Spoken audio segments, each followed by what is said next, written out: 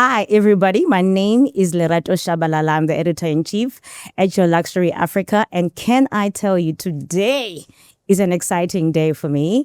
I get to sit with two people I've had the pleasure of knowing and interviewing and admiring. And not only are we have a great conversation, but also I'm going to be enjoying one of my favorite things in life, which is champagne, which is the things that we all need in life. Today I'm sitting with Thebe Magugu. For those of you who don't know, the Thebe Magugu brand turns 10 this year in 2026, which is amazing. A decade, Sana, of like giving them what they want, okay? And we're so excited to have Thebe as our cover star for April Autumn Winter Edition because it's winter for us here in the South. But Thebe and I are also going to be having an incredible conversation with a man I'm lucky enough to say I'm interviewing for the third time now. Yes, it's a flex. Benoît Gouez, who is the Cellar Master at Moët Chandon. Last year, he celebrated 20 years at the house. He's been amazing. He gave me great advice, by the way. If you are sitting with your bottle of Moët for more than 10 years, it's not what you should be doing. You should be drinking it. So after he told me that, I went and drank my Benoît. Thebe, so nice to have you guys here. Welcome. Thank you for having us. It is an absolute pleasure. So Benoît, I don't know if you know, but in African culture, before a conversation can start, before any discussion, Thebe, you can corroborate this for me. We have to call what we call umvulamlomo, which is libations, which is a drink to tell the ancestors we are coming together. We're going to have this great conversation. So I think it's only fair, before we start this interview, that we start with some bubbly. Would you be able to take us through what we'll be having today? Today we will enjoy and share two champagne from Moët Chandon, starting with Brut Impérial, that is our flagship, that is the most important to us, and then following with Vintage 2016. Okay. Happy birthday! It happens to be the year you created your brand. 10 years ago, and the first time we had a vintage together. So it's a lot of synergies. It's not an accident, but it's a good fortune. So non-vintage and vintage, it's two different expressions of champagne. The most classic and the most unexpected. Let's start with Brut Impérial. Brut Impérial is the flagship of Moët Chandon. I like to call it our timeless classic. It has been created in 1869, so more than 150 years ago. And it has become the most loved champagne in the world and the flagship of Moët Chandon. It's really, in our portfolio, the champagne that embrace champagne as a whole, that really blend the diversity of champagne in harmony. Champagne is quite a large region with different terroirs, different grape varieties, different vintages. And at the heart of the creative process of champagne is blending. And at Moët Chandon, we like to push the boundaries of blending, to blend as largely as possible, to craft champagne that are very complete and therefore very versatile. And clearly, Brut Impérial is the most complete of our champagne.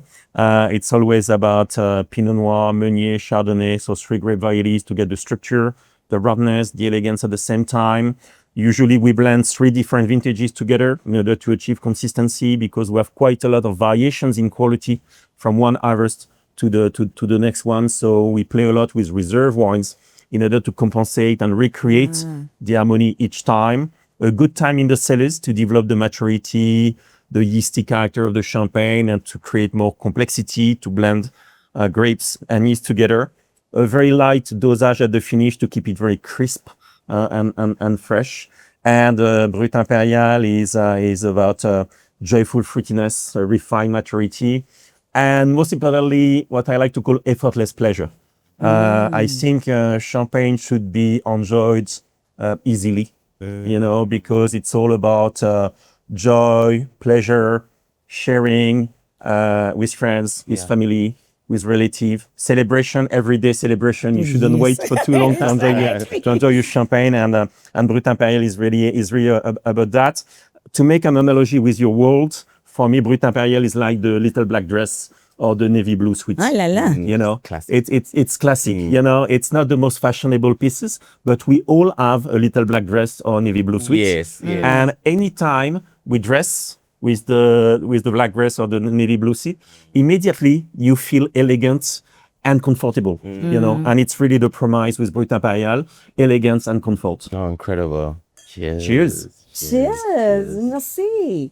So, Benoît, you are serving this. I've been educated by you. You are serving this in a wine glass, and we know that people will have. We're not judging, by the way, but to hear it from the cellar master himself, why is it important to have your champagne in a wine glass as opposed to a long flute? time ago, champagne was served in coupes, saucers.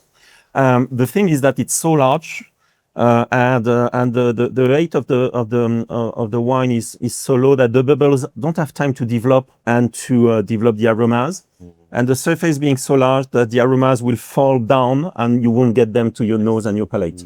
So you won't have a good experience. On the other hand, if you serve champagne in a narrow flute, the wine is going to be too constrained, you know, as if the dress was too small, and you don't feel comfortable, you know. So I prefer to have champagne in either a specifically designed glass or a white wine glass, in order to let the champagne breathe and develop its maturity and complexity, but nevertheless, you know, to be concentrated in order to have all the concentration of the champagne. Champagne needs to breathe. You know, it's super important, especially the style of Moët Chandon that is reductive, that has been protected from oxygen. You need to let it breathe a little bit to develop all its complexity and aromas. I love how you say that it's like it should breathe like a garment. Thebe. Now, 2 years ago, we were very lucky to have you host a dinner with the CEO Sibel, and we had a fantastic dinner outside in Muldersdrift.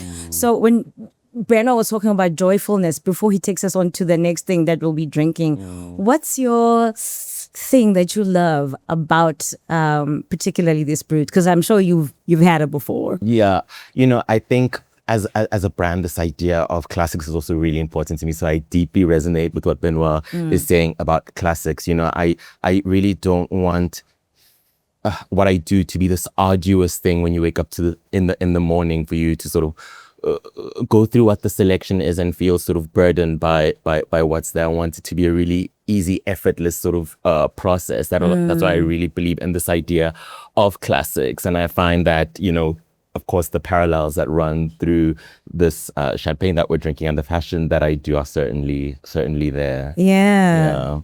Now, before we start our conversation, we all know 2016 was a good year. It was the start of Thebe Magugu. And the vintage that we're going to have next. So before Benoît takes us through that, Thebe, 2016, like looking back a decade later, after LVMH in 2019, now you have this strong relationship with this wonderful brand. I know you also went to Champagne to go see the garden. When you look at your life right now, how do you feel? Are you in your body? Are you in the experience? I am. You know, I'm immensely sort of grateful that things that were formed in my imagination when I was, you know, growing up have now sort of solidified into something all these years later. And I think we have that commonality in terms of respecting time, I think is a really important thing in your industry, in mine as well. I've, of course, you know, felt like I've been working since I was a tween, but I'm really grateful that I get to do what I do. You know, when I started the brand, it was this idea of capturing key histories, people's cultures that run the risk of being forgotten, but now forever immortalized through the power of cloth. And I'm really so happy that I get to contribute to sort of our cultural and historic preservation through the power of cloth and fashion. So I think the overarching feeling I have is immense gratitude that I can do something I feel I was destined for. And you were. I mean, we're so proud of you. We're so happy that you represent us. We're so grateful to you for representing us. Thank you. Thank you. Benoît, when I spoke to you and Roger Federer last year, we spoke about the 2005 grapes. Now, the year I know is very important to the grape, how the wine actually turns out. So can you tell us about 2016, that kind of grape, and the next wine we're going to have? So first, before speaking about 2016 itself, let's explain what vintage is about. Vintage is the exception in champagne. No, the rule is non-vintage, a blend of different years together to achieve consistency. Vintage is not made every year in champagne. Actually, 2016 is only the 77th vintage that has been crafted by Moët Chandon since 1743. Wow. The birth of the company. So it's not every year. It's only in the years where we have enough maturity, where the grapes are perfectly clean, and most importantly, when the wines have a charisma. You know, sometimes the grapes are ripe, they are clean, but they don't tell much, so they will be good enough to blend with other wines. But for vintage, we really need to have grapes that tell something, you know. And vintage for me is more emotional. Non-vintage is more rational. You know, we know what Brut Impérial is about. It's about to recreate it. With vintage, it's more emotional and more personal.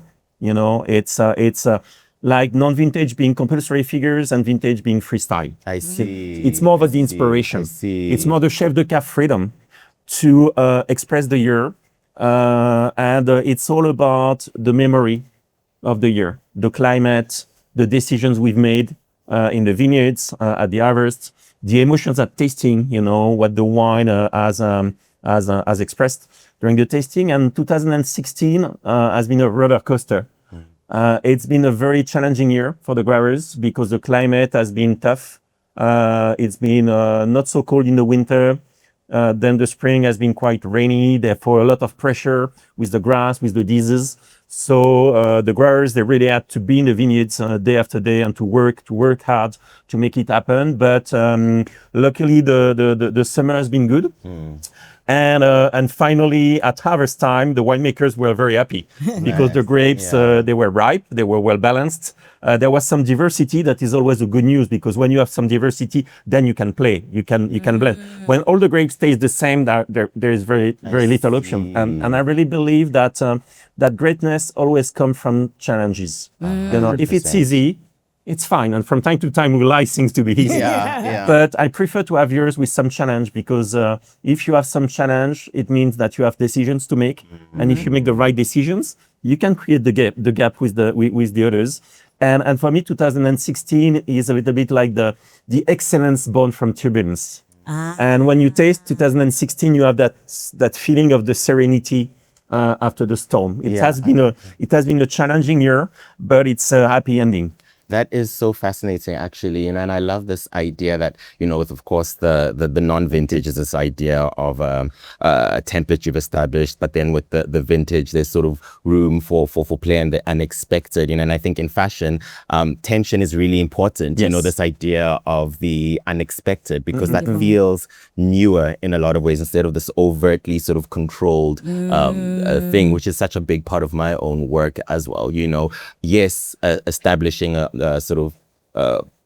way of being and a template, but when you throw a spanner in the works in a lot of ways, I think that's where something exciting happens emerges in fashion. And I think in both cases it starts with a vision. You know, you start with something in your mind and you create progressively until you have the finished product. But you never start. You know, it's really a creative process. In both cases. No, incredible. 100%. Well, cheers to you, Thebe. Cheers to the next decade. And cheers to you. Cheers. Cheers. So, Thebe, what are you looking forward to over the next? I mean, we want to times the decades by 5, but we're just going to say the next one for now. The next one for now. I think just continuing, you know, to grow the brand. I think for those who follow the brand, understand that these past 10 years have been about like looking at our history and our culture, but it's always been me interviewing other people or observing, others when I sit down for interviews or of muses that I'm thinking of exploring as a sort of collection. But I find that now more than ever, things are becoming a bit more autobiographical for me, where I'm looking at my own history instead of necessarily like the history of other people and what motivates them and what they feel, what their insecurities are and all those. I'm starting to sort of shine a light on myself in that sense, because I think that is the power of fashion, to really sort of try and understand yourself better. And I think that's what makes our industry such an intelligent one. You can negotiate who you are, you can express yourself, you can hide yourself, all these sort of things that you can do with fashion. And I'm really enjoying sort of playing around with those ideas, really interrogating who I am, So I think that's really the next sort of evolution of my own creativity in that sense. And of course, from a business perspective, it's about just growing the Thebe Magugu brand. That, yes, it's these sort of sometimes hyper-local African stories, but I find that they resonate with it's this ironic thing where the more specific and personal something is, the wider understood it can become. So an example I can give is like, my collection Alchemy, for example, where I interviewed South African traditional healers. Yes, that's a hyper-specific local story, but I think everyone else in the world is really looking to discover their own sense of spirituality, or with counterintelligence, where I interviewed apartheid spies. That was a very specific collection, but I think the world right now is sort of contending with this idea of surveillance and all these espionage and all these sort of ideas. So I think it's really about continuing to grow the Thebe Magugu brand, not only locally but abroad as well. Yeah, we are living in Orwellian times, aren't you? It's a bit I've reread that book. I love like that book 3 times now. I'm actually gonna watch his documentary that I've seen just come out by the same guy who did the documentary on James Baldwin. So I'm really, really looking forward to it. So Thebe, you've had a decade of your brand. Would you, Benoît, have been with this wonderful brand for 2 decades now?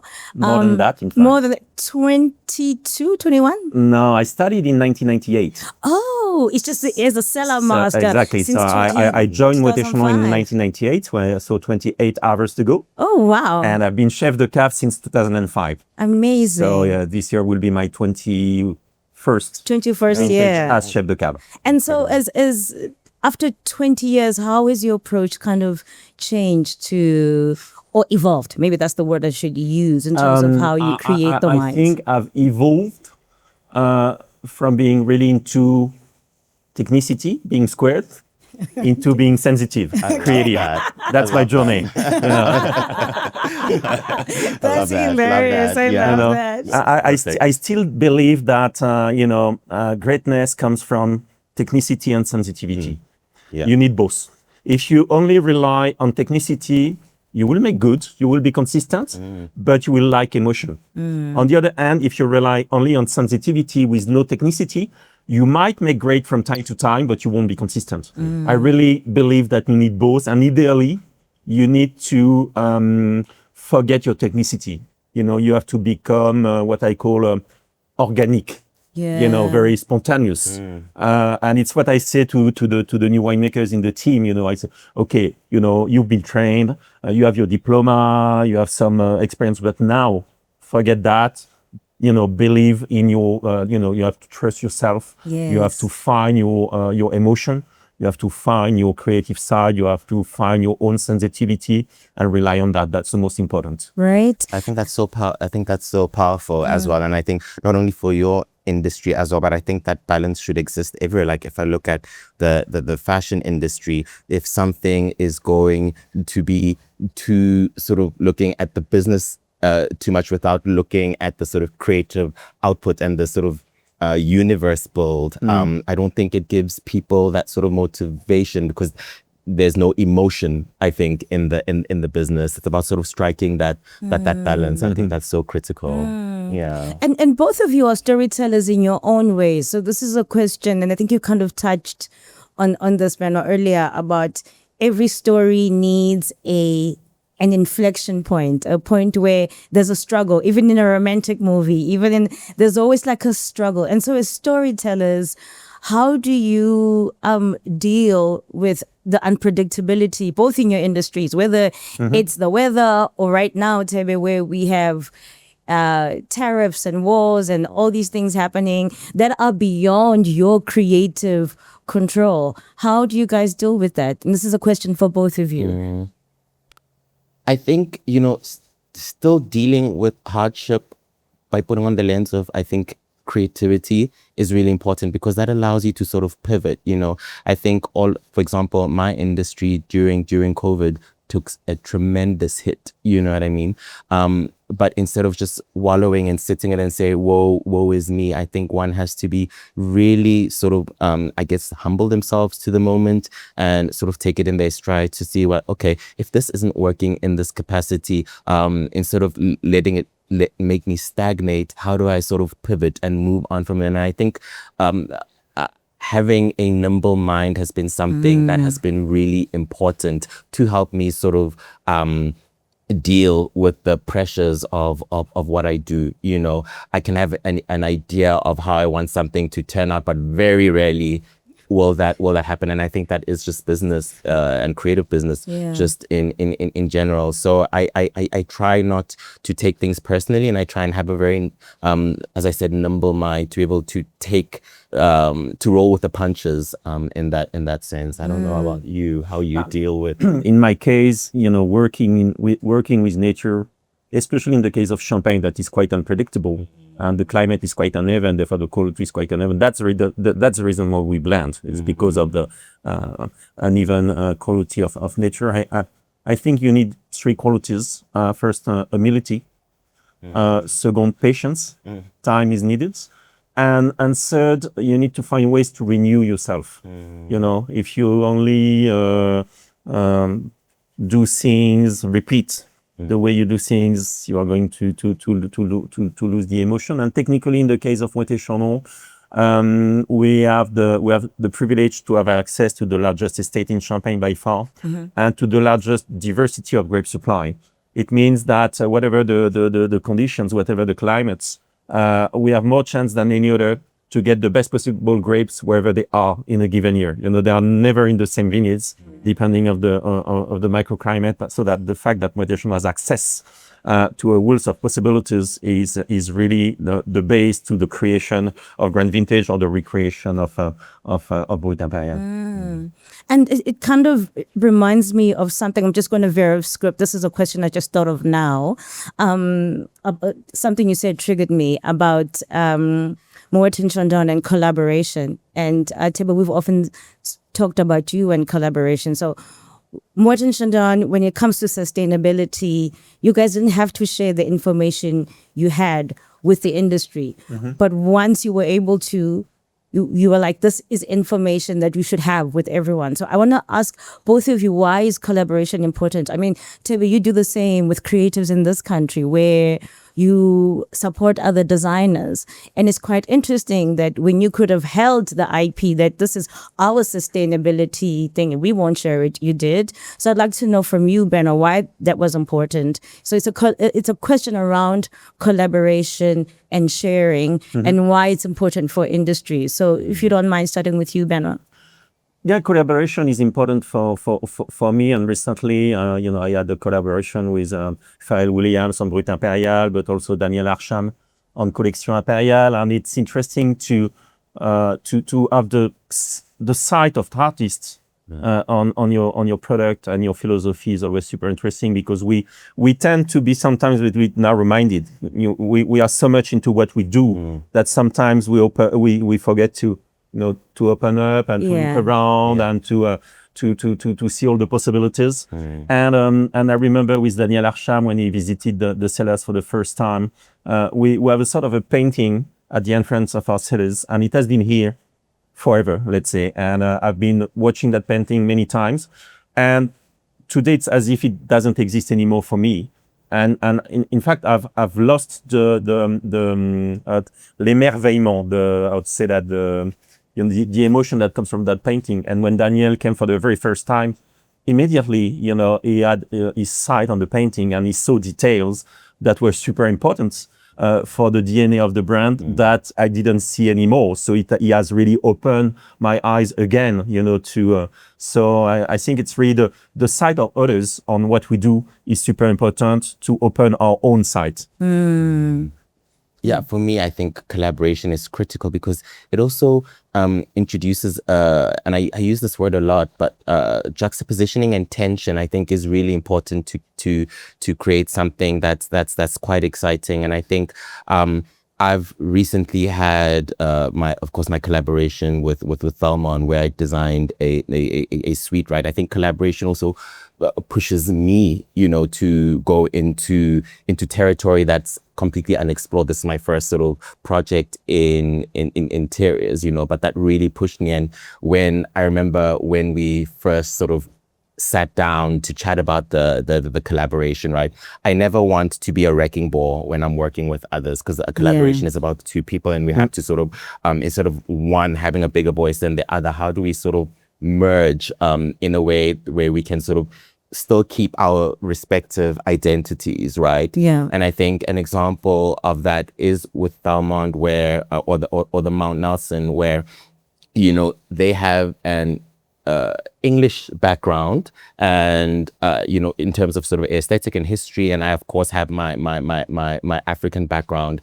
What sort of does that intersection really then look like? And I think that's what's also exciting, this idea of a magical realism, because those two things have been so separated in the past, right? Yeah. What does Afro-English really look like? And sort of going into it with mood boarding, it's like, okay, the English are known, say, for wallpapers. So let's introduce wallpapers, but maybe the motif is a scene from Lesotho, where I grew up in the mountains. You know what I mean? So taking these sort of elements from each and seeing how they perfectly can sit at an intersection that's respectful of both parties. So I think collaboration is really important, but I think also the mutual respect is also quite critical whenever, one decides to join forces with someone else. Actually, Thebe, while I have you here speaking about collaboration, you also collaborate a lot with Moët Chandon, whether Ben was coming to the country or whether you're going to Champagne. Why is this relationship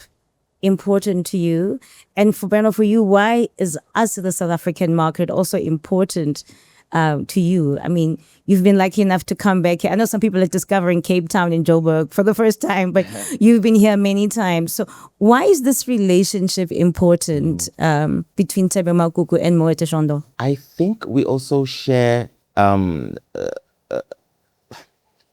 there's a lot of things I feel like we mutually respect. I think the two biggest things being a respect for time, which is something I think a theme we keep on sort of referring back to, but also the power of storytelling. And I think one of my favorite projects that I've done with Moët was, and I'm not sure if you know this, I think it was maybe a year or 2 years ago when we had that dinner.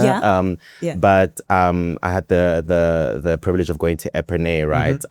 And I was sort of told to create something in fashion from my experience. So when I got to Epernay, I was just so struck by the nature and the fauna and flowers around me that I started taking photos of literally every flower. Yes, I took a photo of every sort of flower and plant that I came across in Epernay. And when I got back to South Africa, I took all those photos, isolated each flower for like hundreds of photos, isolated each flower, had it as a print, and then I had that printed on a crepe fabric that I then sort of pleated and created this beautiful garment from, and I think that's really one of the key sort of fun projects that I remember from working with Moët. I think just this idea of experimentation, I think, is really been an exciting one when working with the brand as well. The relation between Moët Chandon and South Africa. I think Moët Chandon has been open to the world very early. Jean-Rémy Moët was the grandson of the founder. Really wanted to share the joy of champagne with the world very, very early. And we've been in South Africa for a very long time. And I think the relationship is around the joy of sharing. I think in the South African soul, there is that idea of being together, playing together, having fun together. There's that idea of sociability, and Moët Chandon and champagne is about that. For me, it's really about sharing. I used to say that champagne is the most social drink. You very rarely drink champagne alone. You need to be two at least. True. This is true. You need to be two or more. So there is that sense of sharing emotions, sharing good moments, celebrating, and celebration can be every day. Thanks God I'm alive today, so let's celebrate that. Exactly. And I think in the South African soul there is that idea of celebration, of joy, of sharing, of living together.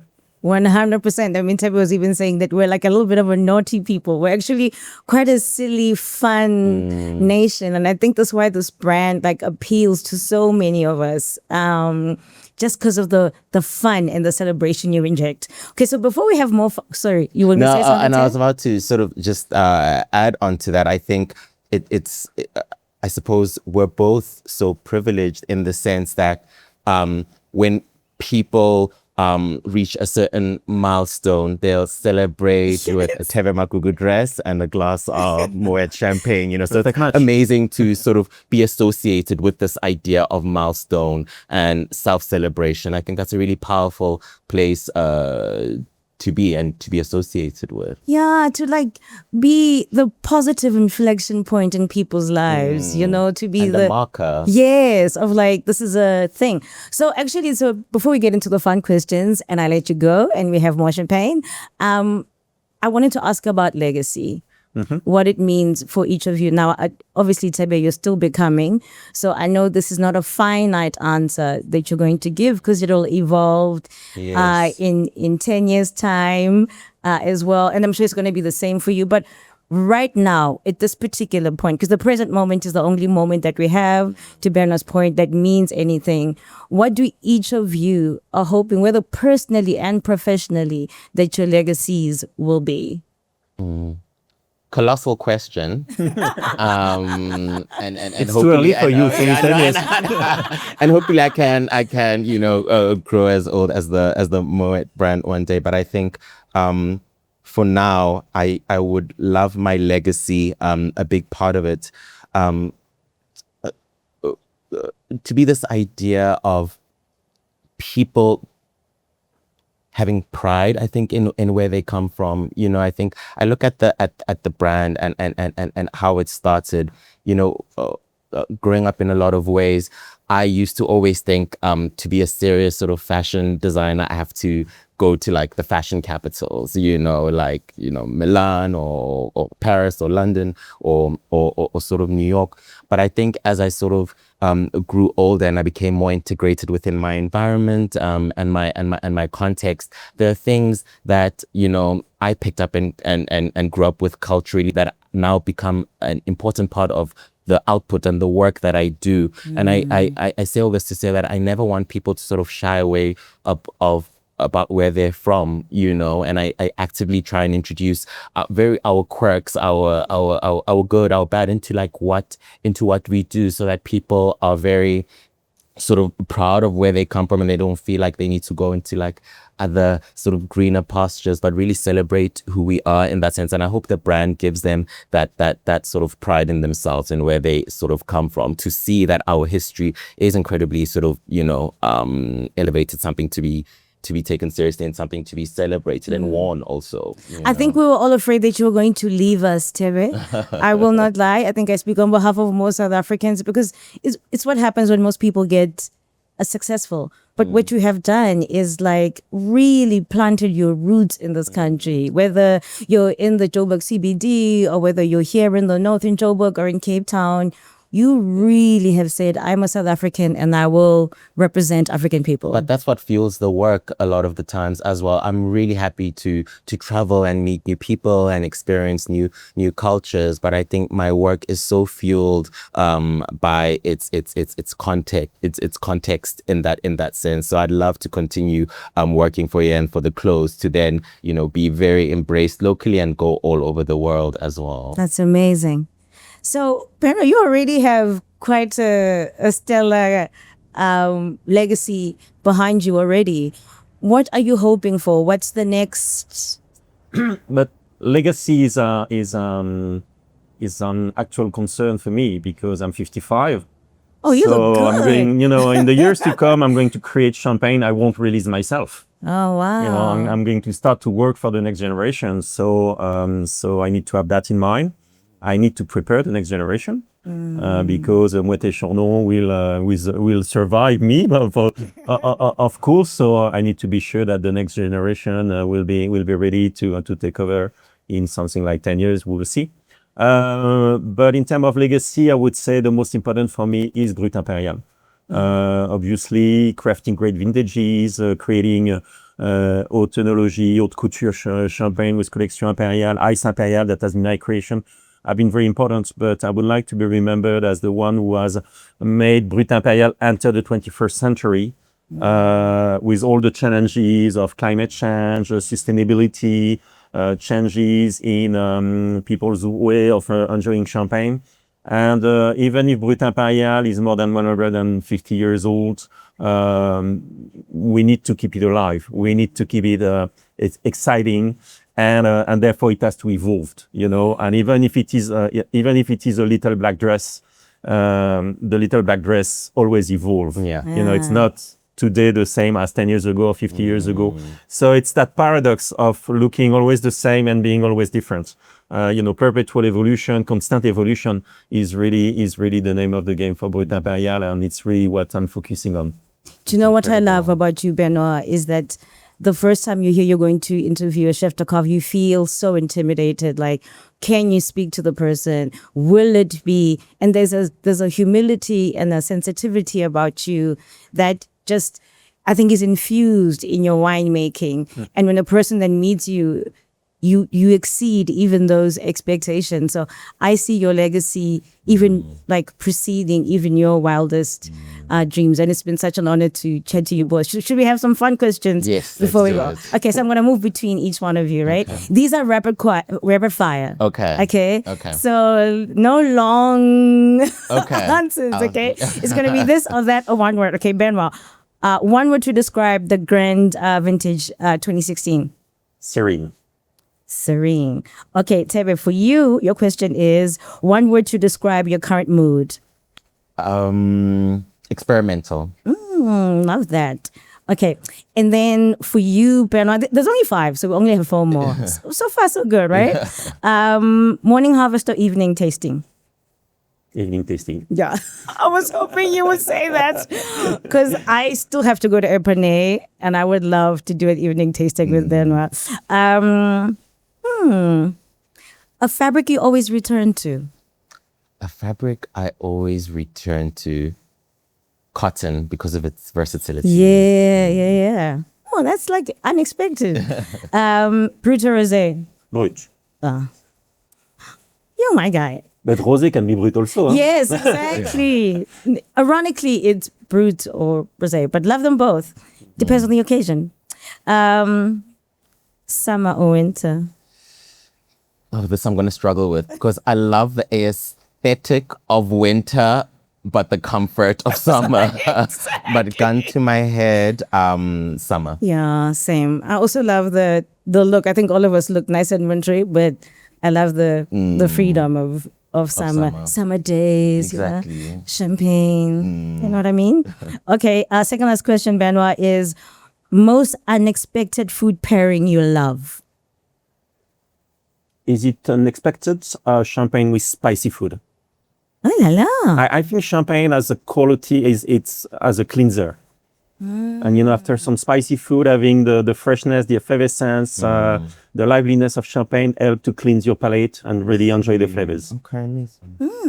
Okay, well, we are a spicy food nation. Yeah. We had I think the highest number of people outside of India live in South Africa for a very, very long time. So we love spice. We put chili in our pasta, everything. So this is a note to the next time.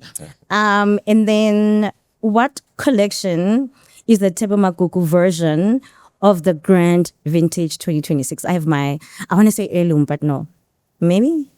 No, I would feel like it's alchemy. You know, not Okay. only, of course, is it one of my proudest sort of collections in that sense. You know, it explored this idea of harmony, which is something I've heard you speak quite a bit of today. You know, alchemy was my collection where I again interviewed traditional healers in that sense, and I found it such an uplifting collection, you know, of course, cleansing in this idea of spirituality as well. But I think it also uplifted others in a lot of ways. And I find that with the words you've used today and like the mood board of alchemy, just as a collection in general, I found that you've described quite a lot of the key words that I used when creating that collection. So I would feel like that's the collection I associated. I with love most. it.